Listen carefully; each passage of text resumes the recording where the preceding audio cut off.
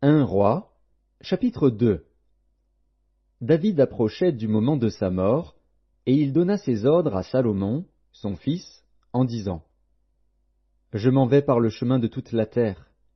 Fortifie-toi, et sois un homme.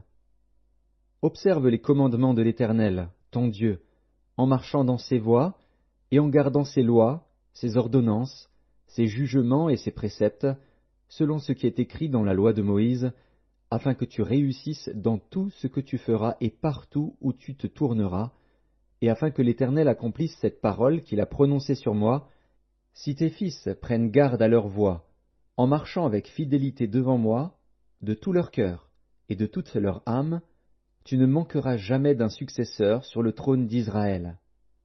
Tu sais ce que m'a fait Joab, fils de Tseruja, ce qu'il a fait à 2 chefs de l'armée d'Israël, à Abner, fils de Ner, et à Amasa, fils de Jéter.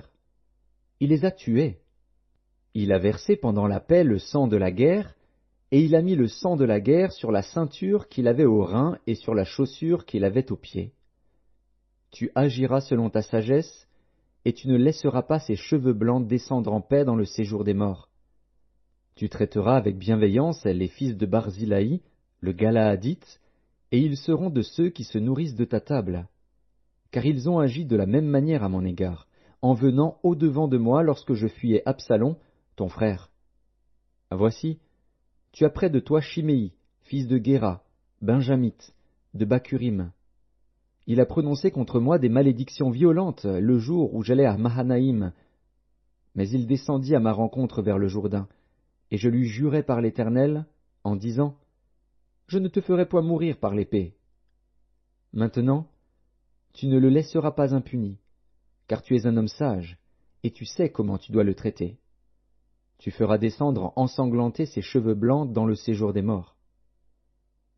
David se coucha avec ses pères, et il fut enterré dans la ville de David.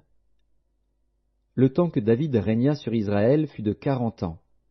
À Hébron il régna 7 ans, et à Jérusalem il régna 33 ans.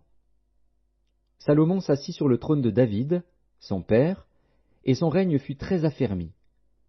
Adonija, fils de Haggith, alla vers Bathsheba, mère de Salomon. Elle lui dit: Viens-tu dans des intentions paisibles? Il répondit: Oui. Et il ajouta: J'ai un mot à te dire. Elle dit: Parle. Et il dit: Tu sais que la royauté m'appartenait, et que tout Israël portait ses regards sur moi pour me faire régner. Mais la royauté a tourné, et elle est échue à mon frère, parce que l'Éternel la lui a donnée. Maintenant, je te demande une chose, ne me la refuse pas. Elle lui répondit: Parle. Et il dit: Dis, je te prie, au roi Salomon, car il ne te le refusera pas, qu'il me donne pour femme Abishag, la Sunamite. Bathsheba dit: Bien, je parlerai pour toi au roi. Bathsheba se rendit auprès du roi Salomon pour lui parler en faveur d'Adonija. Le roi se leva pour aller à sa rencontre, il se prosterna devant elle, et il s'assit sur son trône. On plaça un siège pour la mère du roi, et elle s'assit à sa droite. Puis elle dit: J'ai une petite demande à te faire, ne me la refuse pas. Et le roi lui dit: Demande, ma mère, car je ne te refuserai pas. Elle dit: Qu'Abishag, la Sunamite, soit donnée pour femme à Adonija, ton frère. Le roi Salomon répondit à sa mère: Pourquoi demandes-tu Abishag, la Sunamite, pour Adonija? Demande donc la royauté pour lui, car il est mon frère aîné, pour lui, pour le sacrificateur Abiatar, et pour Joab, fils de Tseruja. Alors le roi Salomon jura par l'Éternel, en disant: Que Dieu me traite dans toute sa rigueur, si ce n'est pas au prix de sa vie qu'Adonija a prononcé cette parole. Maintenant, l'Éternel est vivant, lui qui m'a affermi et m'a fait asseoir sur le trône de David, mon père, et qui m'a fait une maison selon sa promesse. Aujourd'hui Adonija mourra. Et le roi Salomon envoya Benaja, fils de Jéhojada, qui le frappa, et Adonija mourut.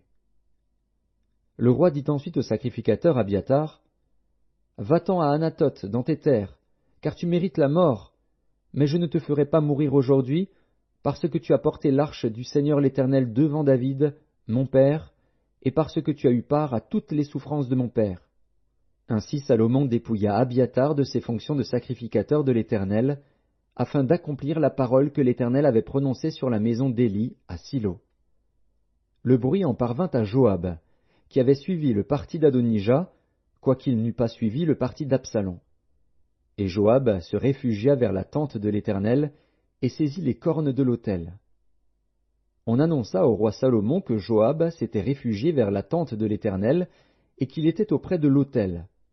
Et Salomon envoya Benaja, fils de Jéhojada, en lui disant, « Va, frappe-le. » Benaja arriva à la tente de l'Éternel, et dit à Joab, « Sors, c'est le roi qui l'ordonne. » Mais il répondit, « Non, je veux mourir ici. » Benaja rapporta la chose au roi, en disant, « C'est ainsi qu'a parlé Joab, et c'est ainsi qu'il m'a répondu. » Le roi dit à Benaja, « Fais comme il a dit, frappe-le et enterre-le. Tu ôteras ainsi de dessus moi et de dessus la maison de mon père le sang que Joab a répandu sans cause. L'Éternel fera retomber son sang sur sa tête, parce qu'il a frappé 2 hommes plus justes et meilleurs que lui et les a tués par l'épée, sans que mon père David le sût. Abner, fils de Ner, chef de l'armée d'Israël, et Amasa, fils de Jéter, chef de l'armée de Juda. Leur sang retombera sur la tête de Joab et sur la tête de ses descendants à perpétuité. Mais il y aura paix à toujours, de par l'Éternel, pour David, pour sa postérité, pour sa maison et pour son trône. » Benaja, fils de Jéhojada, monta, frappa Joab et le fit mourir. Il fut enterré dans sa maison, au désert. Le roi mit à la tête de l'armée Benaja, fils de Jéhojada, en remplacement de Joab, et il mit le sacrificateur Tsadok à la place d'Abiathar. Le roi fit appeler Shimei, et lui dit, « Bâtis-toi une maison à Jérusalem, tu y demeureras, et tu n'en sortiras point pour aller de côté ou d'autre. Sache bien que tu mourras le jour où tu sortiras et passeras le torrent de Cédron, ton sang sera sur ta tête. » Shimei répondit au roi, « C'est bien, ton serviteur fera ce que dit mon seigneur le roi, et Shimei demeura longtemps à Jérusalem. » Au bout de 3 ans, il arriva que 2 serviteurs de Shimei s'enfuirent chez Akish, fils de Maaka, roi de Gath. On le rapporta à Shimei, en disant, « Voici, tes serviteurs sont à Gath. » Shimei se leva, sella son âne, et s'en alla à Gath chez Akish pour chercher ses serviteurs.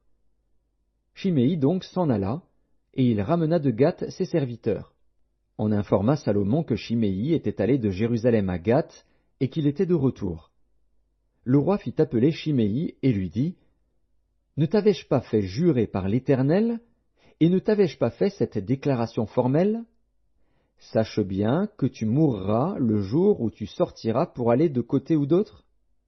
Et ne m'as-tu pas répondu, c'est bien, j'ai entendu. Pourquoi donc n'as-tu pas observé le serment de l'Éternel et l'ordre que je t'avais donné? » Et le roi dit à Shimei, « Tu sais au-dedans de ton cœur tout le mal que tu as fait à David, mon père. L'Éternel fait retomber ta méchanceté sur ta tête. Mais le roi Salomon sera béni, et le trône de David sera pour toujours affermi devant l'Éternel. » Et le roi donna ses ordres à Benaja, fils de Jéhojada, qui sortit et frappa Shimei. Et Shimei mourut. La royauté fut ainsi affermie entre les mains de Salomon.